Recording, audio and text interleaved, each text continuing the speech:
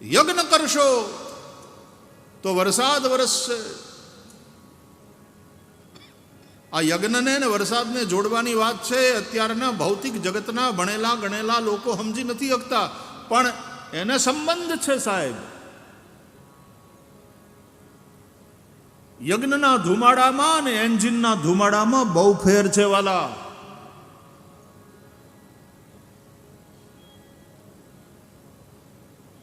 યજ્ઞમાં અગ્નિની અંદર હોમવામાં આવતા દ્રવ્યો, હૂત દ્રવ્યો, એમાં અને એન્જિન હલાવવા માટે થઈને તમે જે ઓઇલ નાખો છો અંદર, એમાં બહુ ફેર છે.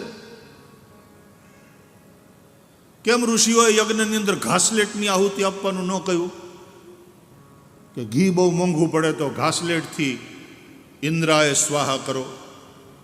અંતે તો એ ફ્યુઅલ જ છે ને. કારણ કે અગ્નિને જગતો રાખવો એ ઉદ્દેશ્ય નથી. અગ્નિ તો હવ્ય વાહન છે. આપણે જે હવ્યનું દાન કરીએ છીએ દેવતાઓને, એનો વાહક બની અને અગ્નિ દેવતાઓ સુધી પહોંચાડે છે આપણી આહુતિને. ઇન્દ્રાય સ્વાહા ઇદમ ઇન્દ્રાય ઇદમ ન મમ, વરુણાય સ્વાહા ઇદમ વરુણાય ઇદમ ન મમ. આપણે દેવતાઓ નિમિત્તે આહુતિ આપીએ છીએ.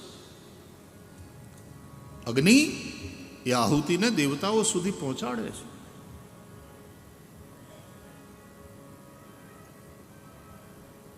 તો તમે અગ્નિને જગતો રાખવા માટે થઈને આહુતિ આપો છો, એ તો તમારી સામાન્ય ભૌતિક સમજણ છે. અગ્નિ પણ વિધિપૂર્વક યજ્ઞો થતા હોય ત્યાં આ માચીસથી, લાઇટરથી અગ્નિ પ્રગટ કરવામાં ના આવે. હવનકુંડમાં જે અગ્નિ છે, અરણી મંથન, મંત્રોચ્ચાર પૂર્વક અરણી મંથન થાય. અને અરણી મંથન પણ યજમાન, યજમાનના પત્ની, અને અરણી મંથનની અંદર વપરાતા સાધનો એ પણ પ્રતિકાત્મક છે, બહુ સિમ્બોલિક છે. આ કર્મકાંડ, એની અંદર છુપાયેલું આધ્યાત્મિક રહસ્ય સમજવા જેવું છે. આ રિચ્યુઅલ્સ, આ બધી ધાર્મિક વિધિઓ વેદોએ બતાવી છે સાહેબ. આ કંઈ આપણે બનાવેલું નથી. પરંપરાથી યજ્ઞની વાત ચાલી આવે છે. અને આપણા શાસ્ત્રો અનુસાર યજ્ઞ એટલે વિષ્ણુ. યજ્ઞો વૈ વિષ્ણુ યજનમ યાગ, આવી બધી વાતો શાસ્ત્ર કહે છે. એટલે યજ્ઞ કેવી રીતે કરવા, કયા કયા કામનાની પૂર્તિ માટે કયા કયા પ્રકારના યજ્ઞો, એની કેવી કેવી વિધિ હોય. મગજના ઓપરેશનની જરૂર પડે તો ન્યુરોલોજિસ્ટની જરૂર પડે. હાડકા ભાંગે ત્યાં એને ચડાવવાની ઓપરેશનની જરૂર પડે તો હાડકાના ડૉક્ટરની, ઓર્થોપેડિક સર્જનની જરૂર પડે. શ્વાસ સંબંધી રોગો હોય તો એને લગતા ડૉક્ટરની જરૂર પડે.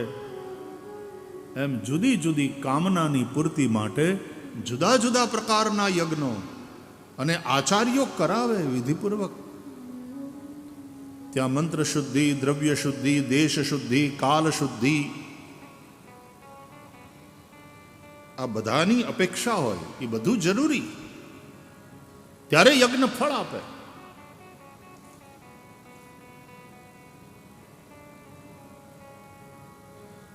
તો યજ્ઞનો ધુમાડો, એનાથી પોલ્યુશન નહીં. હા, થાય.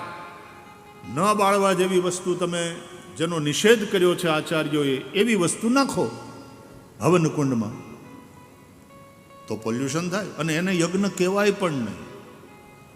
એને તાપણું કહેવાય. એને યજ્ઞ ના કહેવાય.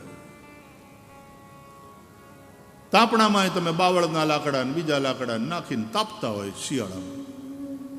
એ તાપણાનો તાપ, એનો ઉદ્દેશ્ય જુદો છે. તમારે ટાઢ ઉડાડવી છે, ઠંડીથી બચવા માટે તમે તાપણું તાપો છો. પણ યજ્ઞ અને યજ્ઞની અંદરનો અગ્નિ એ દેવ છે. અગ્નિમ પ્રજ્વલિતમ વંદે, એ પ્રજ્વલિત અગ્નિને પ્રણામ થાય છે, એની પૂજા થાય છે. આ અગ્નિ એટલે સૂર્યનો પૃથ્વી ઉપરનો પ્રતિનિધિ. ભૂરલોક એમાં અગ્નિદેવનું પ્રભુત્વ, ભુવરલોક એમાં વાયુદેવનું પ્રભુત્વ, સ્વરલોક એમાં સૂર્યનું પ્રભુત્વ. ભૂર્ભુવઃ સ્વઃ ગાયત્રી મંત્રના ઉચ્ચાર પહેલા પણ આ 3 વ્યાહૃતિ આપણે બોલીએ છીએ. અને 3 વ્યાહૃતિ પહેલા શરૂઆત ક્યાંથી કરીએ? ઓમકારથી. ઓમ ભૂર્ભુવઃ સ્વઃ, પછી ગાયત્રી મંત્ર ત્રિપદા તત્સવિતુર્વરેણ્યમ ઇત્યાદિ.